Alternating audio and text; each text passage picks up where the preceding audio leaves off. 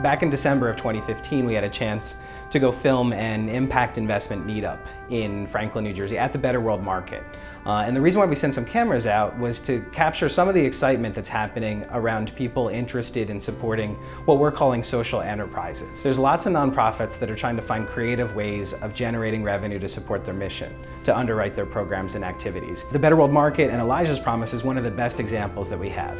A soup kitchen based in New Brunswick, New Jersey, that in Franklin, New Jersey, launches the Better World Market as an opportunity both A, to raise awareness about hunger in Middlesex County, but then B, also to sell various goods and services and at the same time generate revenue that can help underwrite the work of Elijah's Promise as a nonprofit. My name is Jim Zula. I'm the Executive Director of Elijah's Promise, based in New Brunswick, New Jersey, with various operations kind of both in Highland Park and in Somerset as well. Elijah's Promise was formed in 1989 as a soup kitchen serving predominantly downtown New Brunswick. Poverty is really the root of food insecurity and hunger, and it's not enough just to give people a meal. We wanted to figure out how we could get them more gainfully employed and improve their quality of life. So in 1997, Elijah's Promise started a culinary program, and today that program, or through its history, has graduated over 800 people. It's a 6-month state-certified job program. The goal is to get people jobs in the food industry, and out of about 90% of the people we graduate, they've either gone on to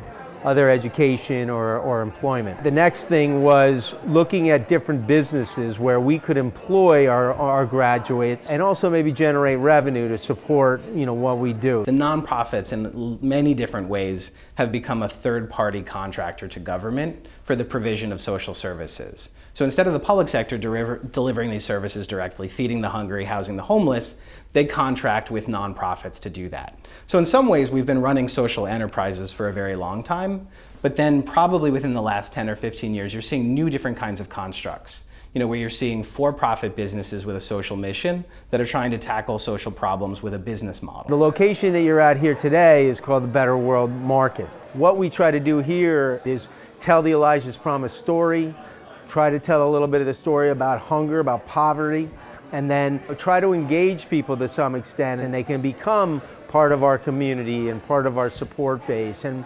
also by shopping here. Government funding is dwindling, and they're coming up with creative and innovative ways to address social issues that government doesn't necessarily support. So in order for them to really make inroads in intractable social issues specific to the geographic population that they're dealing with, they have to come up with creative responses.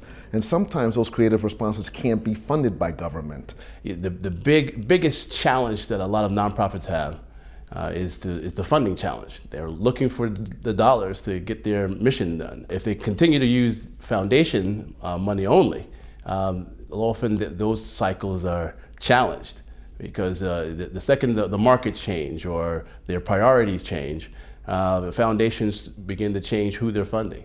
But if you're serious about making your impact, you're going to look for other ways to fund those kind of activities. So the concept of the Better World Market was to be a retail outlet for our products that our culinary students make, that our graduates make, and then also partner with local farms and really showcase Jersey fresh local produce. And one thing about our culinary school, we have developed various products that we sell. We have very good baked goods. We started a program called Corazon Kitchen, which was a Latino-based products, and we also do prepared foods in our catering. And then the third component, engaging with local food entrepreneurs.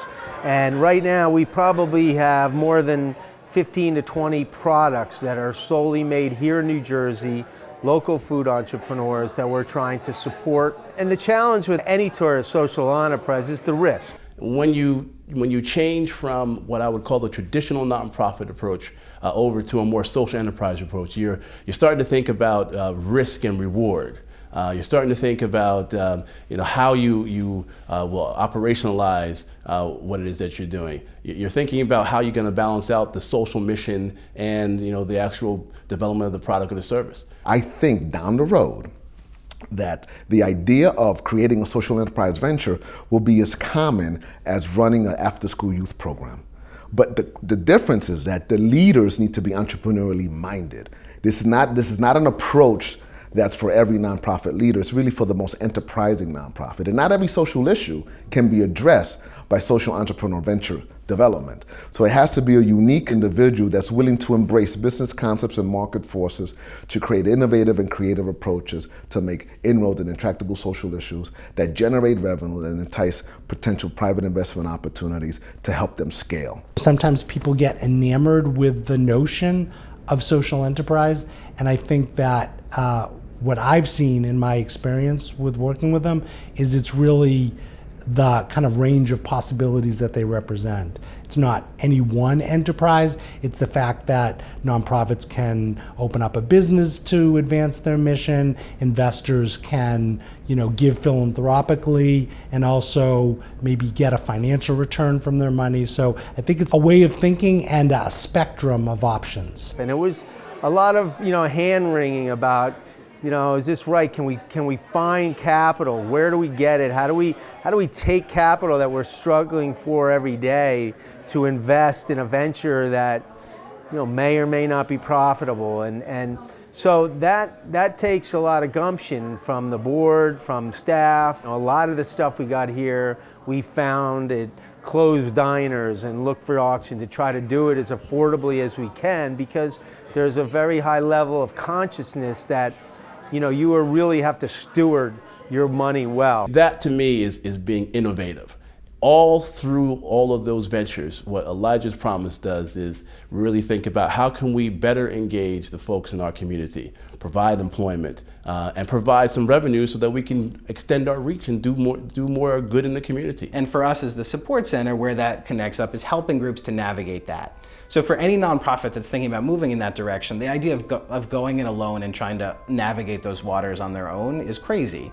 To what extent could the support center help them to understand, well, here's other groups that are doing something similar. Can you talk to them?